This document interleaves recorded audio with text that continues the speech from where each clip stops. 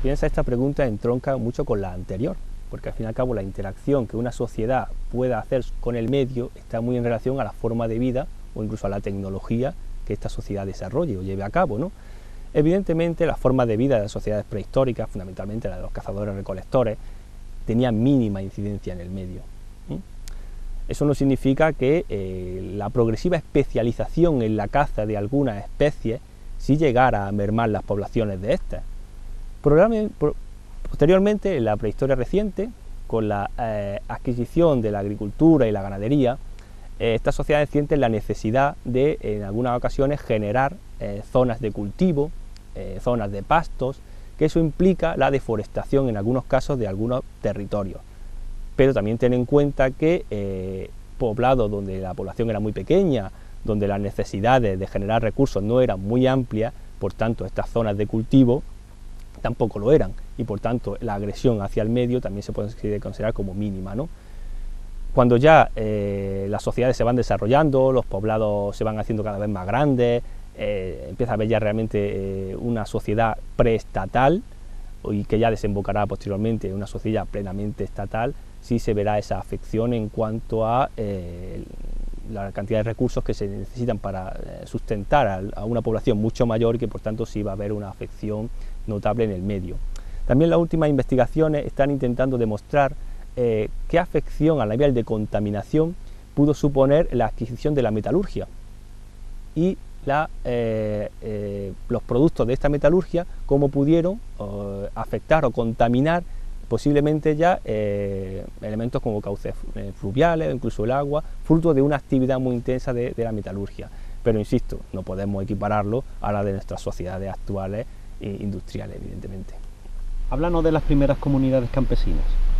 Se entiende comunidad campesina como aquella sociedad que ya plenamente ha adquirido la agricultura y la ganadería como básica en su economía. Evidentemente la caza y la recolección siguen teniendo un papel en la economía de estas sociedades, pero ya es mínimo. Básicamente el sustento de la población se basa en el cultivo de los campos y la cría de animales domésticos. Este proceso aquí en la Serranía de Ronda y en general en el sur de la península ibérica se produce ya a finales del Neolítico y comienzos de la Edad del Cobre, donde podemos observar la existencia ya de poblados más grandes, de un mayor número de población y de sociedades ya que se puede decir plenamente sedentarizadas.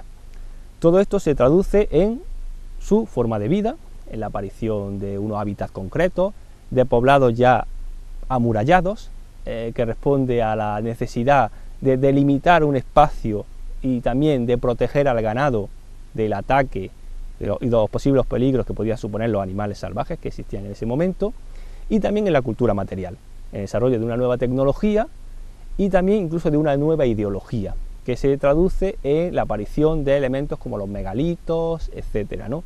Y de una incipiente cada vez mayor jerarquización social. Me surge una curiosidad, ¿se tiene constancia de cuáles eran esos cultivos predominantes y qué ganadería era la que sustentaba pues a estos pueblos? Sí, es decir, todo eso, las distintas excavaciones arqueológicas que se han realizado sobre contextos ya documentados de la prehistoria han aportado una serie de información acerca de todos esos elementos. Por ejemplo, en el caso de los cultivos, se sabe que las primeras plantas cultivadas fueron los cereales, probablemente trigo, cebada en todas sus variedades, ¿no?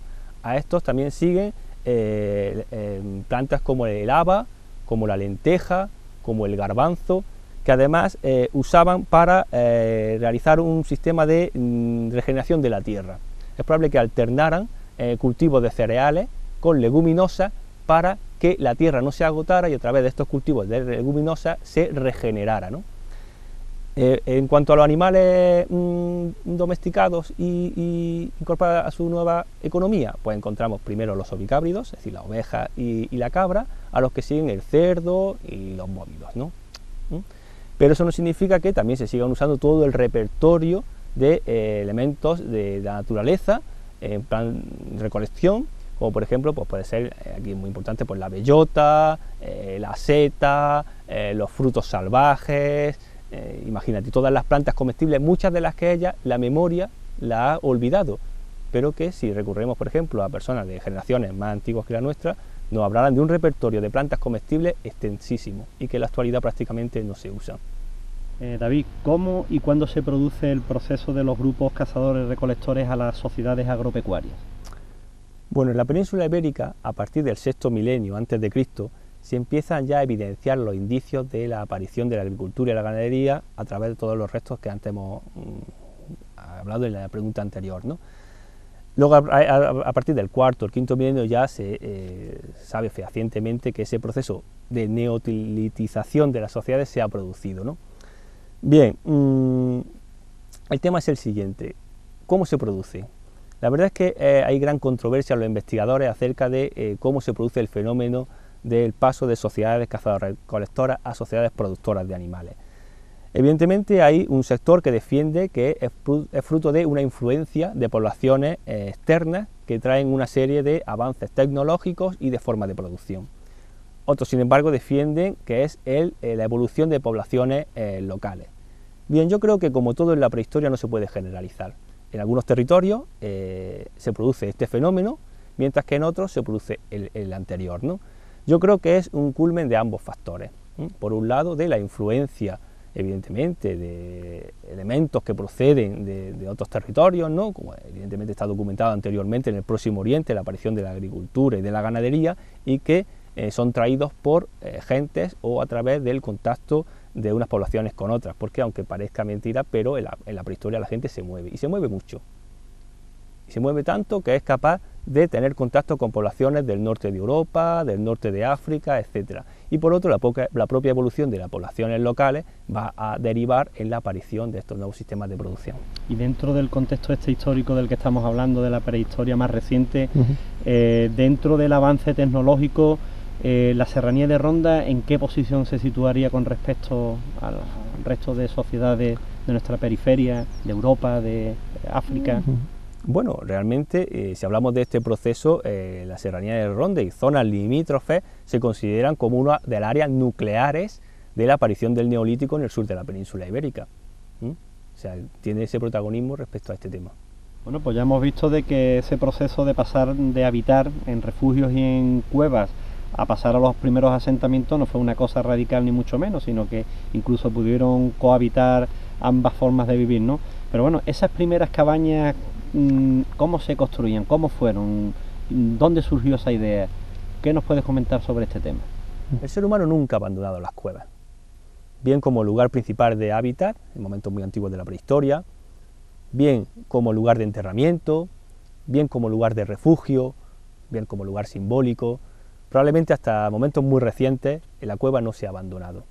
Sin embargo, es cierto que el protagonismo de la vida en cuevas se asocia al Paleolítico, donde también había un gran protagonismo del hábitat al aire libre, lo que pasa que eran estructuras que no se han conservado y por tanto no podemos evaluar cuántas y qué cantidad de ellas había, pero sí es verdad que la prehistoria reciente va a traerse el desarrollo de los sistemas de construcción.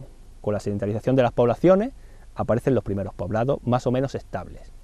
¿Qué nos dice el registro arqueológico de cómo eran estas cabañas?